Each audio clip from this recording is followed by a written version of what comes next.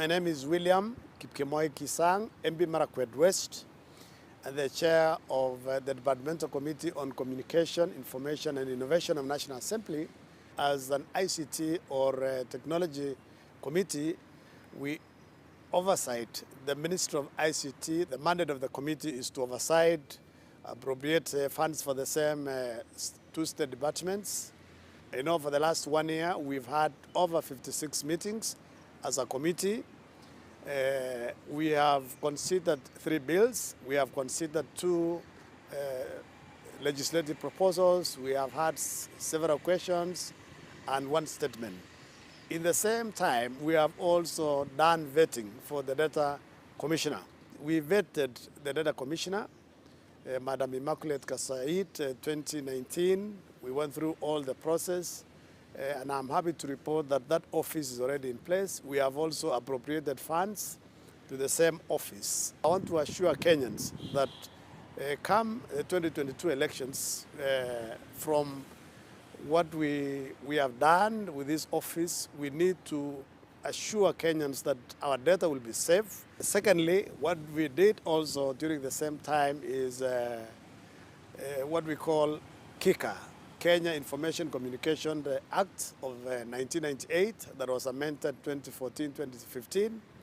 There are amendments that were brought in on how to make use of universal service funds. On the legislative agenda that we've done is Computer Misuse and Cybercrime Amendment Act. There is an amendment that was brought in. This is basically to ensure, our youth, our children are not exposed to pornography. That is before the House, and I believe before end of this session, we should be done because the committee sat, we had public participation, we've done our report, we are only awaiting second reading and third reading, and basically the bill will be signed. Another one that is before the committee that we've also considered is ICT Practitioners Bill. This bill came also in the last parliament, and it was withdrawn that time, and this time it has also been brought by a member of the committee. And we have considered, I know there were several challenges, but at least we had a compromise between the public, stakeholders, and also the proposal of the bill. And the bill is already before the House. We've tabled our report, and we await a second reading so that the bill can go to all the other stages and eventually be signed. And this particular bill, basically, when it becomes law, it means the ICT practitioners are going to be licensed, they'll be registered, and basically we put order into the industry because now there's no order. We have order for lawyers, there is human resource, we have public relations officers, we have doctors, we have all these practitioners. It's only this particular sector that we do not have regulation in place. But I believe when this law is passed, basically we should have order in the industry. There is one that has disturbed everybody in the country, our youth particularly, that has become addictive. There are people who have lost life, committed suicide. There are people who have not paid their school fees. This is what we call betting and gaming, both online and through radio and TV. So we did an inquiry, and we are at the final stages of adopting the report and tabling the report. Finally, as a committee, every financial year, we appropriate money to the same state departments, and then we also ensure we monitor and oversight the funds that have been allocated. And I want to report to the country that for the last few years, we have given money to these state departments to ensure, because of also the pandemic, the COVID-19 pandemic that has ravaged the country and the whole world, is we have allocated money for fiber optic. So this now I want to report that basically by end of this year, we should have internet, fiber optic facility connection to every sub-county hospital, every sub-county headquarters, and then operators and also ICT authority that have been given license to do last mile will continue to do last mile to ensure every ward of this, every sub-location, every school, every polling station is connected to internet so that it's easy to work. Even if we say we continue learning online, no one should be disadvantaged. Because recently, when students started learning online, those in rural areas were disadvantaged. So, and we don't want this thing to be repeated again. That's why we are given resources to ensure internet is available across the country.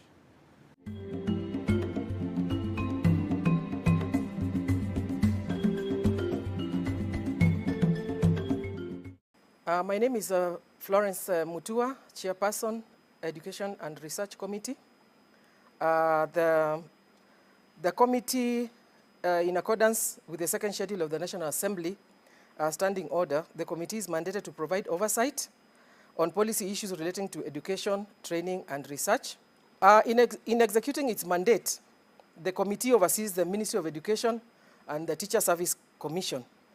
The business we have transacted as a committee during the period under review, the committee held a total of 111 sittings and considered the following business: 10 bills, 25 legislative proposals, 45 statements, 144 questions, 9 petitions, and we undertook 3 inquiries as a committee. The committee achievements, among others, realized the following. Legislation. The Early Childhood Education Bill, Senate number 26 of 2018, the committee considered the Early Childhood Education Bill, sponsored by the Leader of the Majority in the Senate, which has since been enacted in January 2021. The bill sought to provide a legal framework for the implementation of early childhood education by county governments in line with their functions as set out in the Constitution. Among others, the committee considered questions on the release of KCSE certificates in line with the presidential directive by heads of secondary schools to candidates owing the school fees balance. The committee interrogated the Ministry of Education on the matter, which resulted to issuance of a circular to secondary schools heads to facilitate the release of certificates for all candidates who completed Form 4 unconditionally. At the same time, schools were urged to enter into agreements with the concerned students on settling of pending school fees so as to not jeopardize smooth running of schools. During the period under review, the committee considered, among others, the petition presented by the Speaker of the National Assembly on behalf of one Mr. David Okoti Olumasi and 2 others on the violation of the right to relevant education and training by the Egerton University.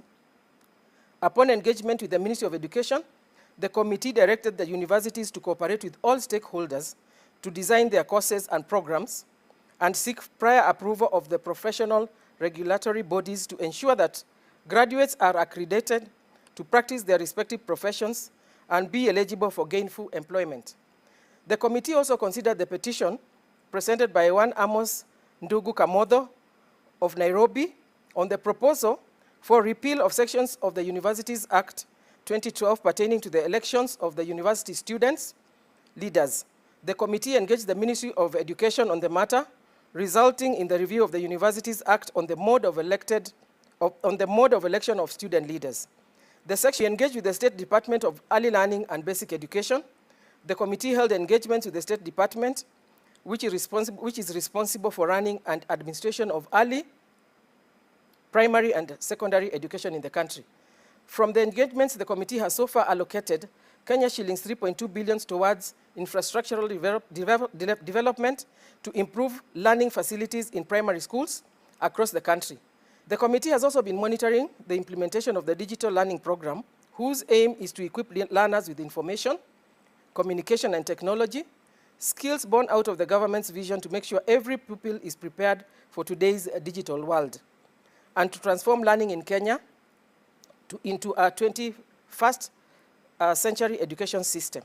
The committee continuously engages the ministry to ensure that free primary education and free day secondary education capitation funds are disbursed to schools on time at the beginning of the school term. The impact of this is that school programs are not interrupted due to a late release of funds, and that every Kenyan child has access to free basic education, which is a fundamental right. During the period under review, the committee scrutinized various policies and reviewed programs regarding vocational and technical training to promote access and equity in training to ensure standards, quality, and relevance. The series of reforms targeted at expanding youth access to training, improving the quality of training, and better matching of training skills to the demand of the labor market. In addition, the committee engaged the Kenya Institute of Curriculum Development, an agency under the State Department, to review the policy on textbook policy supply and distribution. This was to guarantee that books are delivered to the schools in a timely and cost-effective manner and as per the number of learners in schools. As a result, ratio 1 book to 1 learner was achieved in schools for the country for the first time ever. Finally, engagement with the Teacher Service Commission. During the period under review, the committee engaged the Teacher Service Commission on management of the teaching service and policy matters. The committee approved the policy on recruitment of intern teachers as a stopgap measure to address teacher shortage.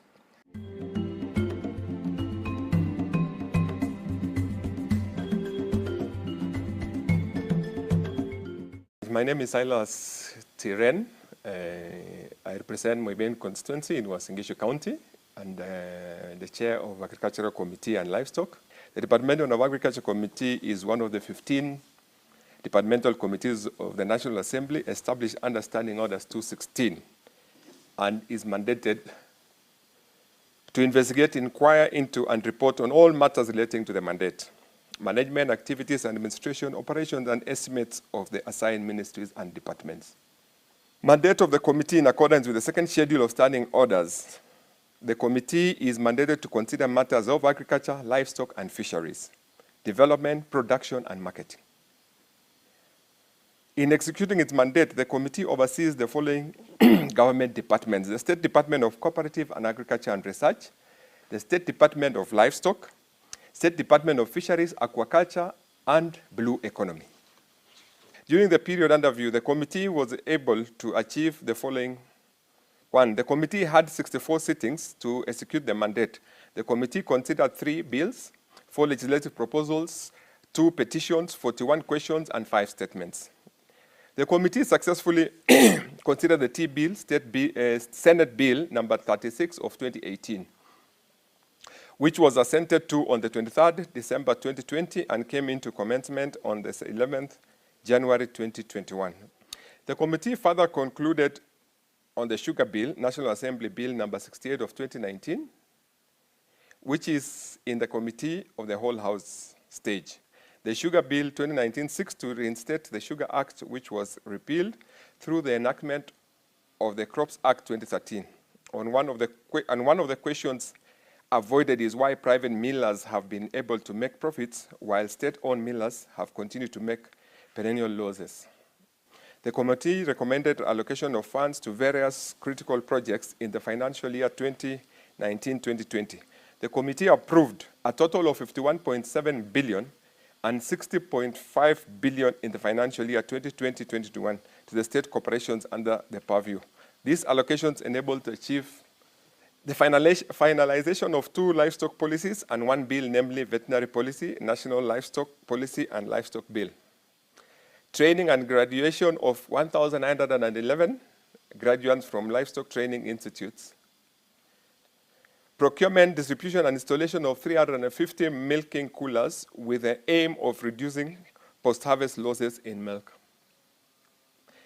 Insurance cover for 90,060 tropical livestock units, TLUs, to mitigate drought-related livestock losses. Improvement of facilities at learning institutions, laboratories, and genetic conservation farms.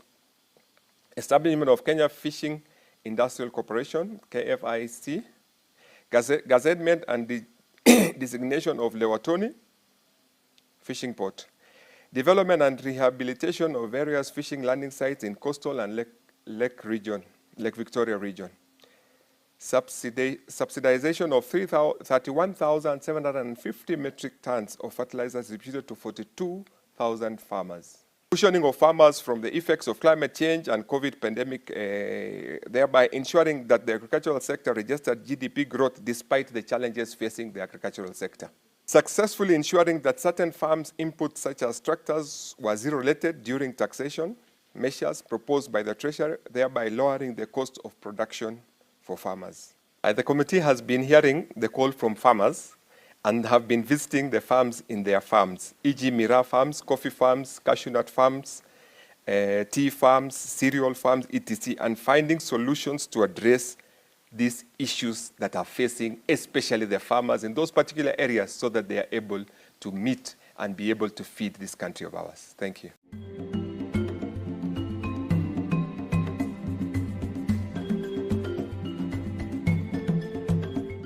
My name is Opio Wandai.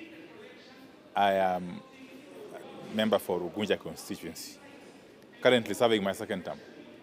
And I also happen to be the chairperson for the Public Accounts Committee. The Public Accounts Committee is created under Standing Order 205, the standing orders. Yes, it basically looks at the accounts of the ministries, state departments, commissions, and independent offices. Okay? Of course, the accounts that detail the expenditures of the sums that have been appropriated by the National Assembly in respect of these agencies or ministries or state departments. We play a critical role in oversight in the sense that we examine the expenditures, yes, undertaken by accounting officers, various accounting officers, in respect of monies that have been appropriated by the National Assembly. Yes, that how best have these monies been used? Has the expenditure been undertaken in an effective and lawful manner, for instance? That is very key in terms of our mandate. Yes. And we have done a wonderful job, in my view, my committee. And I give thanks to my members who have remained loyal and committed to the duty. Yes. Because if you can recall, when we came into office, we inherited a backlog of very many reports that had not been examined by the previous committees. We have since cleared that backlog and, in fact, have caught up with the Auditor General in terms of the timelines. To be specific, we have reviewed and reported on the audit reports for financial years 2014-15, 2015-16, 2016-17, 2017-18. We are now working on 2018-19 and 2019-20 concurrently. Yes, which we hope to complete and table our report on the floor of the House before this House eventually adjourns for the last time. We are focused on ensuring that we complete examining these two financial year reports to enable the county governments to receive enhanced allocations from the exchequer. Yes, under the Constitution. Yes, you know, our reports inform the horizontal allocation, the horizontal division of monies between the national government and the county governments. Okay, in other words, that division of money, that allocation of money between the two levels of government is informed principally by the last audited accounts, okay, as approved by the National Assembly. That approval can only happen once we are through with our examination as a committee. And therefore, we play a very critical role in terms of ensuring that the county governments get adequate resources to perform the devolved functions under Schedule 4 of the Constitution.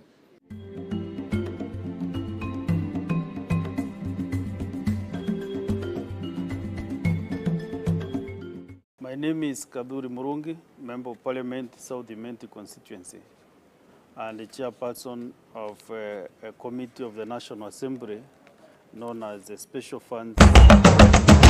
Special Funds Account Committee is a committee established in accordance with the Standing Order 205A, and our mandate, key mandate, is to examine accounts laid before the House of the National Government Development Fund, the Equalization Fund, the Judiciary Fund, the Political Parties Fund, and any other funds established by law, as the Speaker may direct. We have been able to look into the audited accounts of the Petroleum Development Fund for the financial year ending 30th June 2018, Local Authorities Provident Fund for financial year ending 30th June 2016-17 and 17-18 and 18-19, National Environment Trust Fund for financial years 2017-2018 and 2018-2019, and Claimed Assets Trust Fund for financial year 2017-2018, Land Settlement Fund for financial year ending 30th June 2019. We are also currently handling all the 26 constituencies in the coast region. We are doing the examinations of accounts up to 2016, June 2016. Then we looked at a fund called Unclaimed Assets Trust Fund. Many Kenyans don't know the existence of this fund. This is the fund which was established some 5 years ago, and the mandate of this fund is to try to and trace owners of assets. Even from the mobile phone, there are people who passed on, they have money, M-Pesa money with Safaricom. There are people with accounts which were closed by the banks, which has some coins there. Others have shares in different companies, and they are not aware whether these funds are there.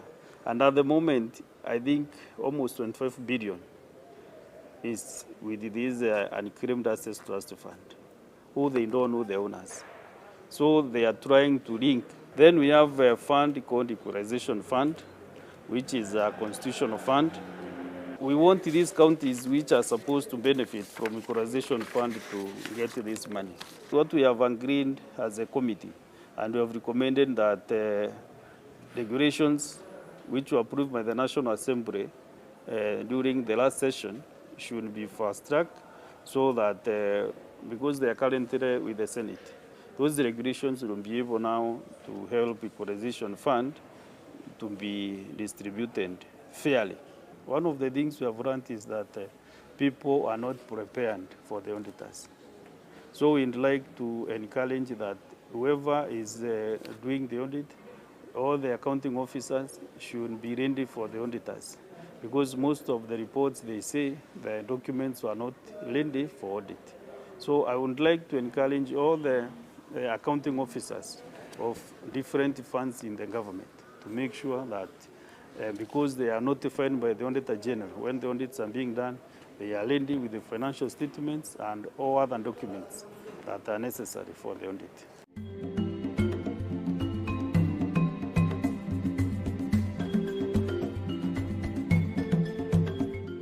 My name is Honorable David Kosing.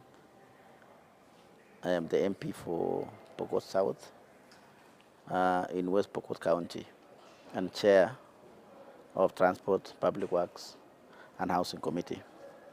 Within the year of review, we have dealt with 7 bills. 7 bills.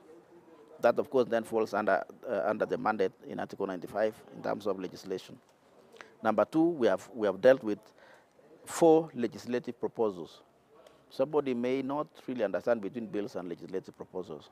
Legislative proposal is a proposal that will lead into a bill, should we then as a committee approve. So we have dealt 4 of those. Number 3, we have done 3 petitions. We have dealt with 14 statements. It's one thing to oversight, but it's also one thing for the people that ask questions to be satisfied. And that's how we feel, or me as a chairman, that I feel that something good is happening. And that is in questions and statements. My committee has dealt with 4 treaties and agreements for ratification. And among others, very specifically, among others, or these treatments, treaties that we have dealt with, is on shipping and maritime. And very critical is to give the people of Kenya an opportunity to hold a special ID, special identity card. What is this special identity card? We did actually approve setting up of a cargo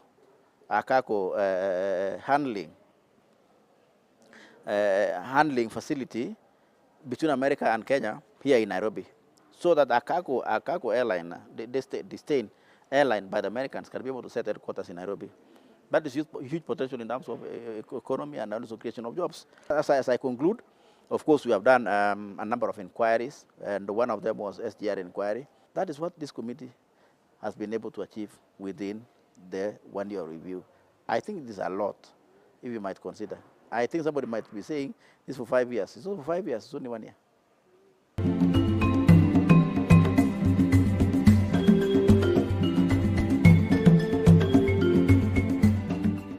I am Dr. Rachel Nyamai, Member of Parliament for Kitui South. I chair the Departmental Committee on Lands. It is the committee which investigates into all matters lands, physical planning, settlements, and everything that goes with it. I'll only focus on 3 critical bills which have since become laws. And the first one which I'll look at is the Sectional Properties Bill. And this bill was the National Assembly Bill number 23 of 2019. It became law in December 2020. And this bill facilitates the realization of affordable housing where individuals in this country who would like to purchase flats can acquire title deeds for these flats. We also handled another bill, that is the Physical and Land Use Planning Bill, and it was the National Assembly Bill number 34 of 2017. It has since become law. It became an Act of Parliament in July 2019. And the purpose of this law is to ensure that we have harmonized plans and standards for physical planning in the whole country. And here the Ministry of Lands and Physical Planning is called upon to give as much support as they can to the counties to ensure that planning is not a big issue only at the national level. It must be a big issue within our counties, within our sub-counties, and all the way to the local towns. And I'm sure that all the citizens of this country would love to see proper planned cities, towns, etc.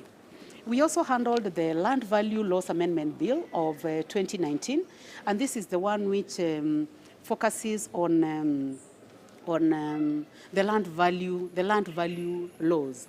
The purpose of having land value laws is to provide a uniformity and predictability in compensation for land which is acquired for mega government projects, even for small projects. With regard to legislative proposals, this Departmental Committee on Lands has received 3. We were able to pass 1. The 2 that we did not pass were one for eviction and settlement procedures bill, which had been brought by one of the members, and another one for registration of the Institution of Surveyors. Why the one for resettlement procedures did not pass, eviction and resettlement procedures did not pass, is because we felt that these matters are already addressed in other laws. So the committee felt that there was no need to over-legislate. With regard to the registration of the Institution of Surveyors, we felt that this was an important legislative proposal, but it needed further stakeholder consultation. We have received 57 petitions. So far, we have been able to finalize 31 of them. This is very heavy work. You will agree with me that the Departmental Committee receives a lot of work on the floor of the House, and this is majorly petitions that are brought by members of Parliament from various places. And the issues of focus majorly will be matters resettlement of squatters, historical land injustice, irregular allocations, irregular evictions, and alleged fraudulent land transactions. And based on these petitions that have come to the House, the committee has been able to give many, many solutions, which I will not go into because of time.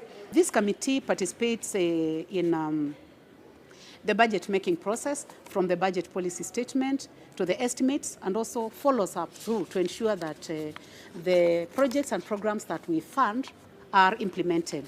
And I would like to state some of the projects that the committee has been pushing for. One is settlement of the landless people, to give them rights to own property. We have already pushed for settling of 13,500 households in the whole country. And I would like to confirm to the country that these settlement schemes are very well spread in the whole country. We have also a mega project, the digitization of land registries to reduce land-related crimes and corruption. With regard to production of title deeds, in this parliament, the 12th parliament, we have seen 1.7 million title deeds that have been produced, and I would like to thank the committee for ensuring that they are pushed for ensuring that title deeds are being produced for the whole country, not only for some areas of this country. The Departmental Committee on Lands has also ensured that there is an integral digital revenue collection system by the Ministry of Lands and Physical Planning. When we started, there was a lot of collection of cash. And the Ministry of Lands and Physical Planning was collecting about 9 billion shillings. The committee has seen a gradual increase from 9 billion to almost 13 billion now. And this committee had given the Ministry of Lands and Physical Planning up to the 31st day of June 2021 to be the last day of collecting cash. And we hope that with no cash collection and with digitization, we can see this ministry even going up to 20 billion collections, and they have a very good system that is reliable and that they can use to ensure that they do not lose money through cash collections. They have been dealing with many land injustice cases, and the committee has been pushing National Land Commission to deal with historical land injustice cases. So far, I have seen that they have been able to deal with 126 out of thousands, and we feel that they need to do more, and we have also given them timelines. So the committee has done very well in relation to pushing the NLC. We are also saying that National Land Commission needs to be given more money, and we have also told them they need to come up with more projects and programs because the Constitution has given them the mandate. So they need to look at their own projects and programs, ensure that they come up with clear projects that can be financed.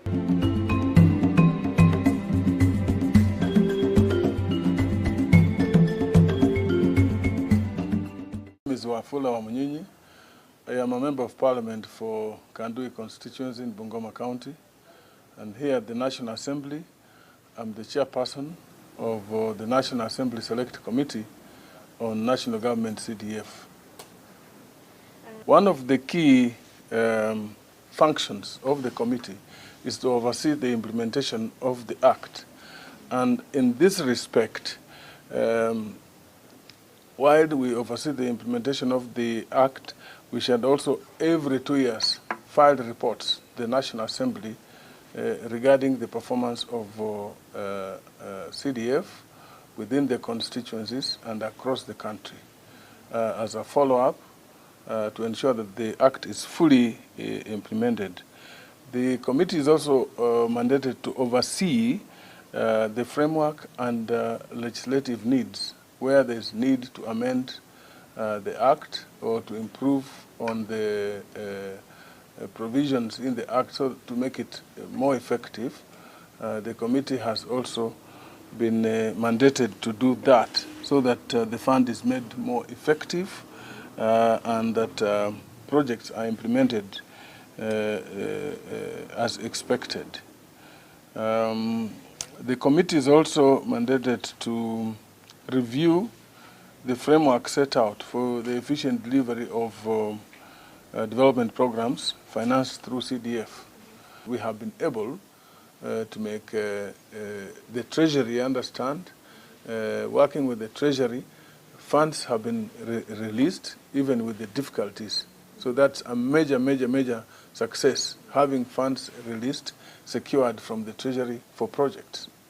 That is indeed a major success. As a committee, we have been able, working with the ICT, have encouraged constituencies to enter into MOUs, agreements with the Ministry of ICT to the extent that constituencies establish innovation hubs which have been utilized by the youth in their areas, JIRA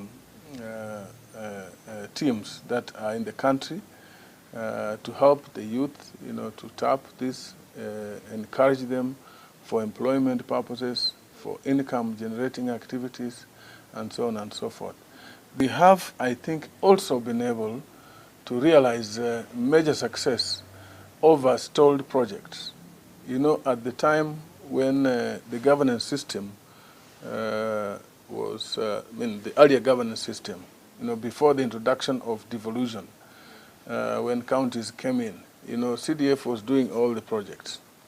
But now when real devolution came in, the functions were split, county governments were given functions, and the national government also was left with functions. So there are projects which had earlier been started by CDF at the constituency level. And when counties started functioning, those projects remained stalled because they were either handed over or not handed over, but they remained unfinished. So as a committee, we did consider the question of stalled projects across the country, and we established that the amount required was about 1.2 billion to complete those projects. We have since agreed with the county government to take over those projects, not county government, but Council of Governors. We have since agreed with Council of Governors so that they encourage governors in a county where there's a stalled project to take over and complete that project. We have also had one important success, you know, projects from the Ministry of Education. As you may be aware, the Ministry of Education does infrastructure funding across the country, while CDF also does the same. If there is no proper coordination, you know, there's a likelihood of duplication when it comes to implementing the programs. So we have had to liaise with the Departmental Committee on Education and the Ministry of Education too, so that we agree on clearly under what terms, you know, how the decision is made, you know, for the ministry, you know, to fund a particular project. Because there are some cases which are very needy. There are some cases which are well off, which are needy, but not as needy as others. So we wanted to agree on determination of a project to be funded under that infrastructure program, so that we also consider, like CDF does, you know, it's community-driven. The ministry should also undertake public participation, so that it is clearly determined which project is of priority within an area, as opposed to the ministry's officials deciding within the ministry.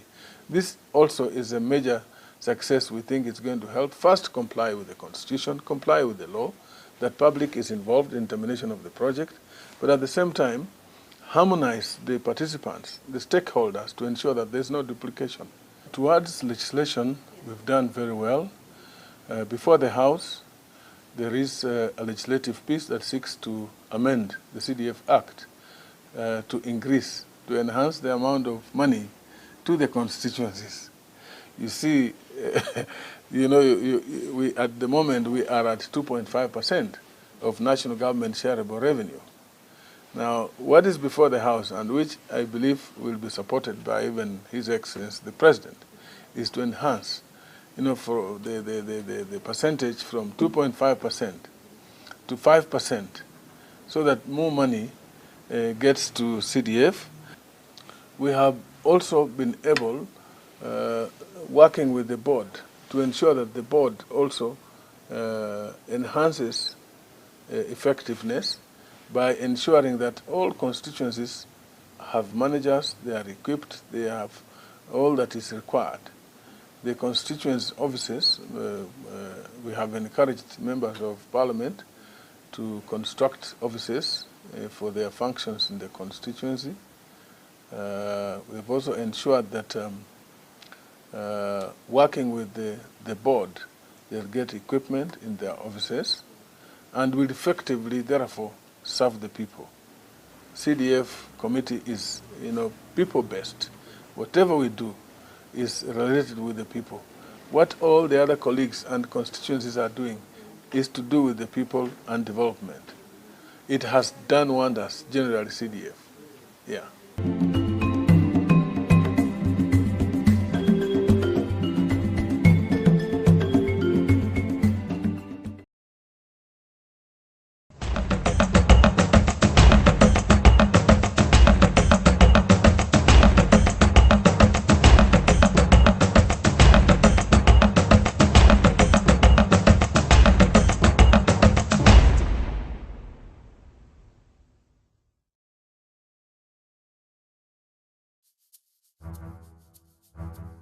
Present-day Parliament Building along Parliament Road in Nairobi is among Kenya's most iconic landmarks.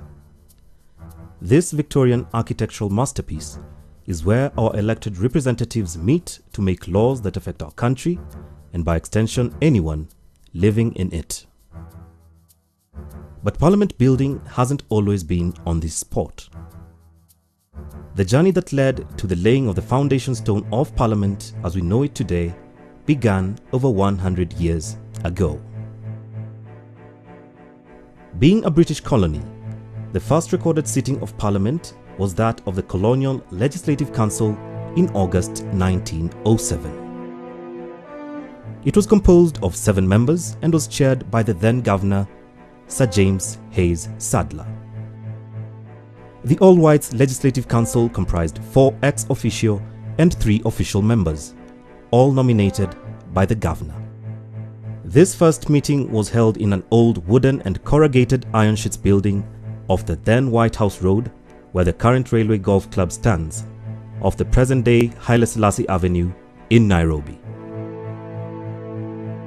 For the next 13 years, the Legislative Council met in that humble building or at Government House in either Nairobi or Mombasa.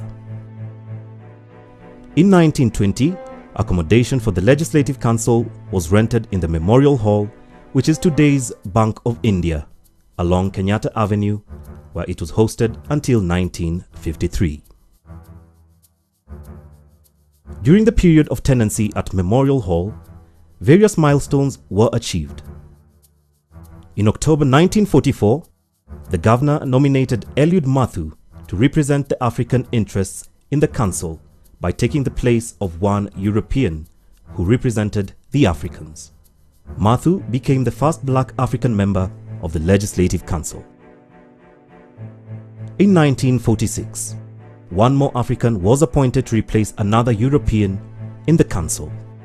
And in 1948, the Governor, who had all along presided over the Legislative Council, appointed a Speaker, Mr. W.K. Horn, to take his place and to preside over future meetings. This marked the beginning of speakership in the history of the Kenyan Parliament.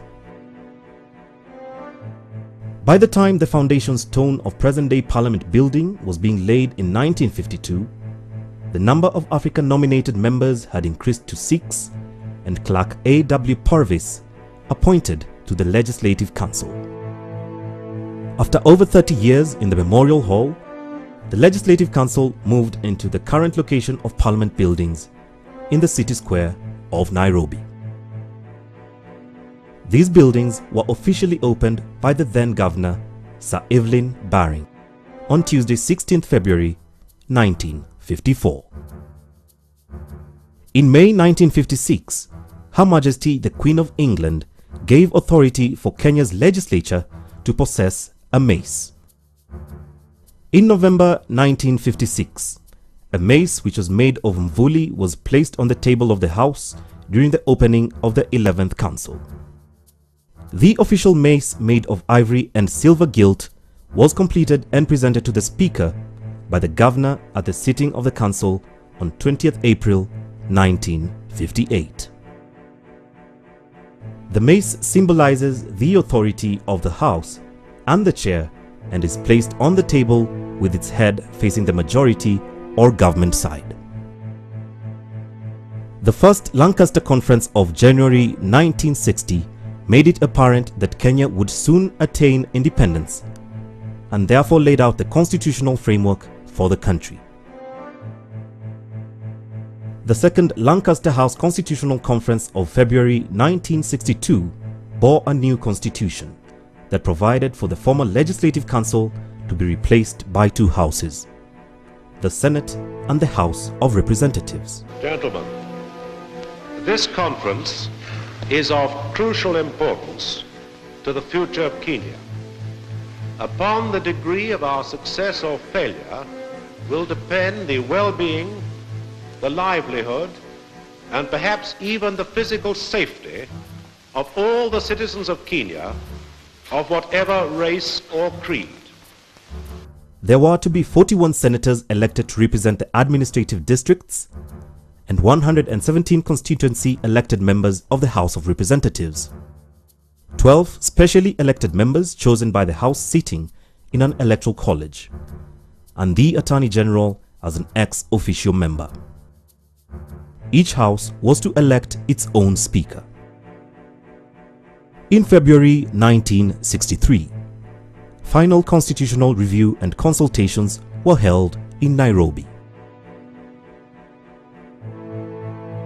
A general election was held in May 1963, in which KANU, led by Mzee Jomo Kenyatta, won the overall majority against the other parties.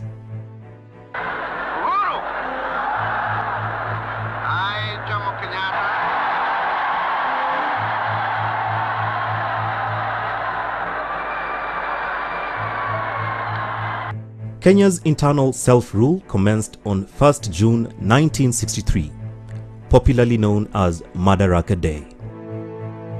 And on 12th December 1964, Kenya became a republic, with the day now observed as Jamhuri Day. In 1963, it became necessary to enlarge the parliament buildings to accommodate the increased number of legislators and to cater for the second chamber. HRH, the Duke of Edinburgh, laid the foundation stone for expansion on 13th December 1963. The extensions were completed and officially opened by His Excellency the President of the Republic of Kenya, Mzee Jomo Kenyatta, on Tuesday, the 2nd November 1965. By 1966, it was apparent that bicameralism wasn't ideal for the needs of independent Kenya. Consequently, both houses resolved upon an amendment of the Constitution of Kenya to merge the Senate and the House of Representatives. This amalgamation gave rise to a single chamber, the National Assembly. It comprised of 158 constituency elected members, 12 specially elected members, and 2 ex officio members, the Speaker and the Attorney General. 41 new constituencies were created for the serving senators. This became effective from 5th January 1967, when the House was prorogued, and upon resumption of Parliament on 15th February 1967, the National Assembly sat for the first time as a unicameral House. The first Parliament of independent Kenya ran from 1963 through to 1969 under the speakership of Sir Humphrey Slade in the House of Representatives and Honorable Timothy Chokwe in the Senate. The first Parliament was dissolved on 7th November 1969, giving way to the second general elections, which ushered in the second Parliament that sat from 1970 through to 1974 under the speakership of Honorable F.M. Mati. Leonard Ngugi served as the first clerk of the National Assembly. His Excellency the President Mzee Jomo Kenyatta died on 22nd August 1978 and was succeeded as President by Daniel Toroitich Arap Moi, who dissolved the Third Parliament on 20th September 1979, and subsequent general elections were held on 8th November 1979, giving rise to the Fourth Parliament. Honorable Mati's speakership ended with the Fifth Parliament between 1983 and 1987. The Sixth Parliament till 1997. The 7th Parliament, with Honorable Francis Ole Kaparo as the 5th Speaker of post-independent Kenya, was dissolved on 10th November 1997, and the 8th Parliament elected with increased membership of 210 members during the elections of 29th and 30th December 1997. The 8th Parliament was dissolved on 25th October 2002. The elections of 2002 witnessed changes in the political leadership, where KANU, the ruling party since independence, was defeated by the NARC coalition. This paved way for the 9th Parliament that ran from 2003 to 2007, marking the end of Honorable Kaparo's speakership. The 9th Parliament lasted until 22nd October 2007, when it was built. The 10th Parliament, under the speakership of Honorable Kenneth Marende, spanned 2008 to 2012 and accommodated a coalition government.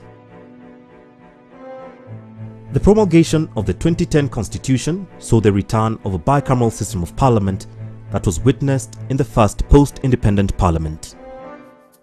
It provided for the National Assembly and the Senate. As a result, the 11th Parliament has 2 speakers, one for each house, and go. But the traditions, procedures, and duties of our Parliament have been handed down over hundreds of years and will be with us for many years to come.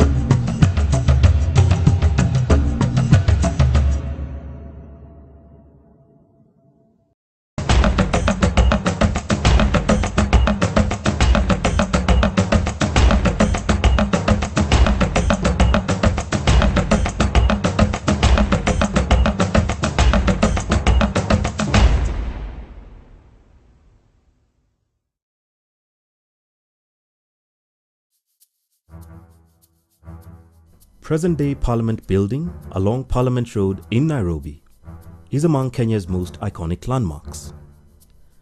This Victorian architectural masterpiece is where our elected representatives meet to make laws that affect our country and, by extension, anyone living in it. But Parliament Building hasn't always been on this spot. The journey that led to the laying of the foundation stone of Parliament as we know it today began over 100 years ago. Being a British colony, the first recorded sitting of Parliament was that of the Colonial Legislative Council in August 1907. It was composed of 7 members and was chaired by the then Governor, Sir James Hayes Sadler. The All-Whites Legislative Council comprised 4 ex officio and 3 official members, all nominated by the Governor. This first meeting was held in an old wooden and corrugated iron sheets building off the then White House Road, where the current Railway Golf Club stands, off the present-day Haile Selassie Avenue in Nairobi. For the next 13 years, the Legislative Council met in that humble building or at Government House in either Nairobi or Mombasa. In 1920, accommodation for the Legislative Council was rented in the Memorial Hall, which is today's Bank of India, along Kenyatta Avenue, where it was hosted until 1953. During the period of tenancy at Memorial Hall, various milestones were achieved. In October 1944, the Governor nominated Eliud Mathu to represent the African interests in the Council by taking the place of one European who represented the Africans. Mathu became the first black African member of the Legislative Council. In 1946, one more African was appointed to replace another European in the council.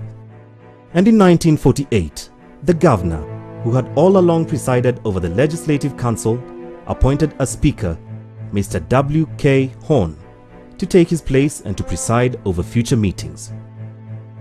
This marked the beginning of speakership in the history of the Kenyan Parliament. By the time the foundation stone of present-day Parliament building was being laid in 1952, the number of African-nominated members had increased to 6, and Clerk A.W. Purvis appointed to the Legislative Council. After over 30 years in the Memorial Hall, the Legislative Council moved into the current location of Parliament buildings in the city square of Nairobi. These buildings were officially opened by the then Governor, Sir Evelyn Baring, on Tuesday, 16th February 1954. In May 1956, Her Majesty the Queen of England gave authority for Kenya's legislature to possess a mace. In November 1956, a mace which was made of mvuli was placed on the table of the House during the opening of the 11th Council. The official mace, made of ivory and silver gilt, was completed and presented to the Speaker by the Governor at the sitting of the Council on 20th April 1958. The mace symbolizes the authority of the House and the Chair and is placed on the table with its head facing the majority or government side. The First Lancaster Conference of January 1960 made it apparent that Kenya would soon attain independence and therefore laid out the constitutional framework for the country. The Second Lancaster House Constitutional Conference of February 1962 bore a new constitution that provided for the former Legislative Council to be replaced by two houses, the Senate and the House of Representatives. Gentlemen, this conference is of crucial importance to the future of Kenya. Upon the degree of our success or failure will depend the well-being, the livelihood, and perhaps even the physical safety of all the citizens of Kenya, of whatever race or creed. There were to be 41 senators elected to represent the administrative districts and 117 constituency elected members of the House of Representatives. 12 specially elected members chosen by the House sitting in an electoral college, and the Attorney General as an ex officio member. Each house was to elect its own speaker. In February 1963, final constitutional review and consultations were held in Nairobi. A general election was held in May 1963, in which KANU, led by Mzee Jomo Kenyatta, won the overall majority against the other parties.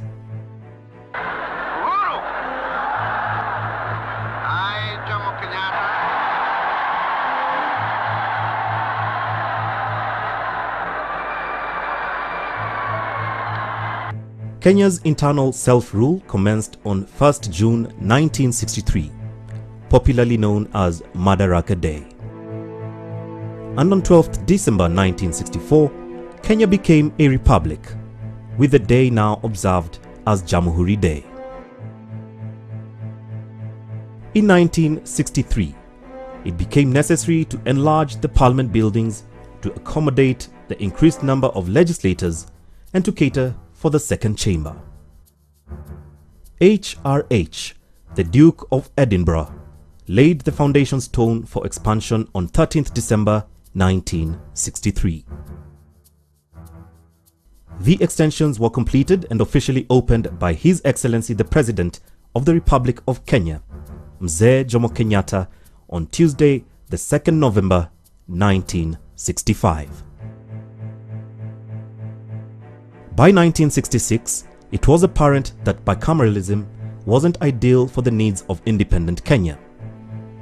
Consequently, both houses resolved upon an amendment of the Constitution of Kenya to merge the Senate and the House of Representatives.